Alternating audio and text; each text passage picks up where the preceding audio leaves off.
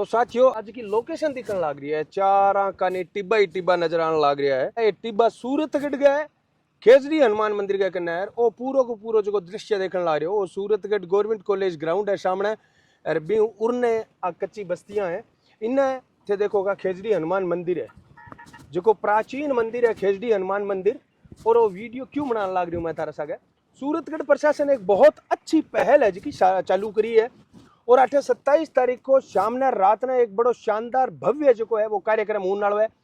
इस कार्यक्रम को नाम रखेड़ो है एक शाम धरोहर के धोरों के नाम। नाम तो सीधो आई तो रखियो एक शाम धोरों के नाम, लेकिन धरोहर ने बचाने खातर अपनी राजस्थानी धरोहर है, सूरतगढ़ की धरोहर है, वहां धरोहरों को बचाने के लिए, उन धरोहरों से लोगों को रूबरू करवाने के लिए पूरे राजस्थान के राजस्थानी कलाकार है वो यहाँ पर आने वाले हैं। अलग अलग स्टेज लगेंगे यहाँ पर। आप सामने आपको ग्राउंड है वो दिखाई दे रहा है, साफ सफाई का कार्य चल रहा है। और यहाँ पर आप देखोगे तो आपका जो है धड़कने रुक जाएगी, तुम भी रुक जाए भाई।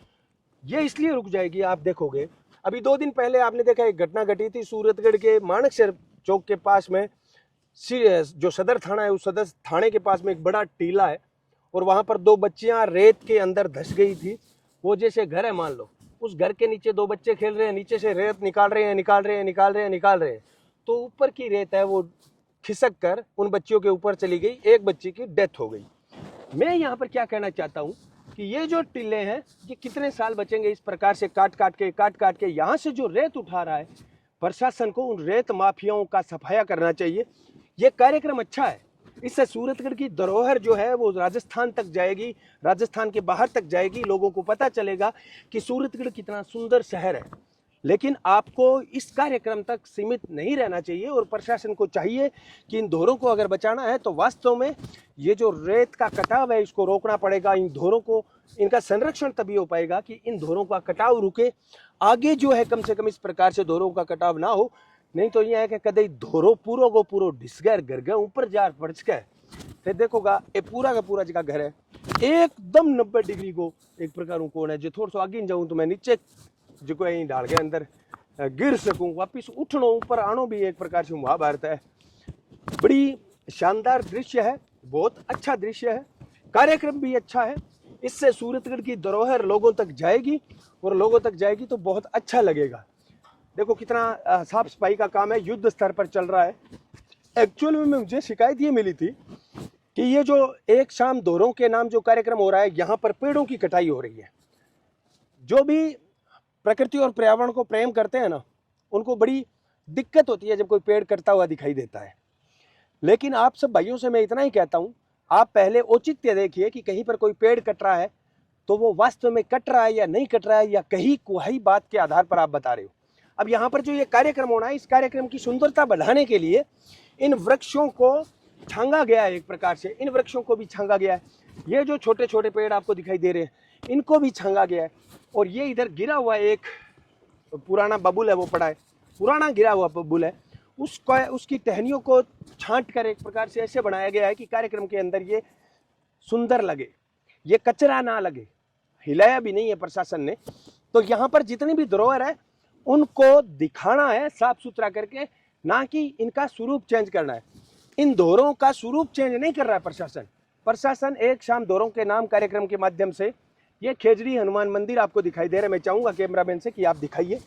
खेजड़ी हनुमान मंदिर सूरतगढ़ का प्राचीन मंदिर है, उसके जस्ट पास में ये सांस्कृतिक धरोहर है हमारी। ये जो मरुस्थलीय धरोहर है हमारी, ये सूरतगढ़ के लिए एक प्रकार से बाउंड्री का काम करते हैं। पेरा फेरी के अंदर भूमाफियाओं द्वारा लगातार, रेत माफियाओं के द्वारा लगातार इन धोरों को काटा जा रहा है और सूरतगढ़ के अंदर बेचा जा रहा है। रेत बिकती है मेरे भाई, तो बेचा जा रहा है। इस नेक्सस को तोड़ा जाए, इन लोगों को रोका जाए कि कोई भी इन टीलों से रेत नहीं उठाएगा, तब जाकर इस प्रकार के कार्यक्रम है वो दीर्घकालीन परिणाम मिलेंगे इस प्रकार के कार्यक्रमों से। अभी जैसे मैं बताऊं आपको, असली सफाई ये है। अब जैसे रात को कोई यहाँ पर आएंगे गेस्ट वगैरह, तो ये जो कांच के टुकड़े हैं ये बड़ा नुकसान है वो कर सकते हैं। छोटी छोटी बातों का ख्याल प्रशासन को रखना चाहिए, इन चीज़ों को यहाँ से चकना चाहिए। अभी मेरे पास कोई पॉलीथीन है नहीं तो मैं उनको उठाकर ले जाता, लेकिन कुछ ही देर बाद में मैं पॉलीथीन लेकर यहाँ पर पहुँचेंगे। हम ये सारी चीज़ें हैं वो उठाएंगे। सूरतगढ़ हम सबका है, हमारा सबका ये दायित्व बनता है कि इस कार्यक्रम को हम सुंदर बनाएं, सफल बनाएं और सूरतगढ़ को एक, सूरतगढ़ की जो इमेज है उस इमेज को राजस्थान तक, भारत तक या भारत के बाहर तक पहुंचाएं। प्रत्येक सूरतगढ़ वासी से मेरा अनुरोध है कि ये जो कार्यक्रम प्रशासन द्वारा और किसी औद्योगिक घराने द्वारा किया जा रहा है, उस औद्योगिक घराने का मैं नाम नहीं लेना चाहूँगा क्योंकि ये कोई प्रमोशनल वीडियो नहीं है, लेकिन हम सूरतगढ़ के हैं, सूरतगढ़ से प्रेम करते हैं, इसलिए सूरतगढ़ की सूरत को बदलने वाले इस कार्यक्रम को सफल बनाने के लिए एक कदम मैंने उठाया है कि ये सारी चीज़ें आप तक पहुंचाऊं। लेकिन सूरतगढ़ की इन सांस्कृतिक और मरुस्थलीय धरोहर को बचाना है असल में, तो प्रत्येक नागरिक को कटिबद्ध होकर काम करना पड़ेगा और जो रेत माफिया है उस नेक्सस को तोड़ना पड़ेगा। आप सामने देख रहे हैं एक हाई टेंशन तारों का पिलर है और इस पिलर के नीचे ये जो फोर्डिशन बना हुआ है, मैं बहुत बार एकांत में यहाँ पर आकर बैठता हूँ, बहुत अच्छा लगता है, आसपास बिल्कुल साइलेंस है।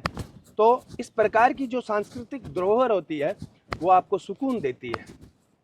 मैं आप सब भाइयों से जो सूरतगढ़ के हैं उन सब से कहना चाहूँगा कि ये जो कल शाम को कार्यक्रम 27 तारीख को होने वाला है, इस कार्यक्रम को सफल बनाने के लिए सूरतगढ़ के प्रत्येक नागरिक को यहाँ पर आकर सेवाएं देनी चाहिए। छोटा छोटा काम भी अगर आप करेंगे तो सूरतगढ़ की सुंदरता में 4 चांद लग जाएंगे। और प्रशासन को मैं सैल्यूट इसलिए करता हूँ क्योंकि उन्होंने दिल से, कोई लीक से हटकर ऐसा काम किया है जिससे सूरतगढ़ की सूरत को अच्छा दिखाया जा सके। वरना सूरतगढ़ की हालातों को बदसूरत करने वाले माफिया, चाहे वो जिप्सम माफिया है, चाहे वो भू माफिया है, चाहे वो रेत माफिया है, वो दिन रात लगे हुए हैं। काश प्रशासन इन पर भी नकेल कसकर सूरतगढ़ को स्थायी सुंदरता प्रदान करे। धन्यवाद।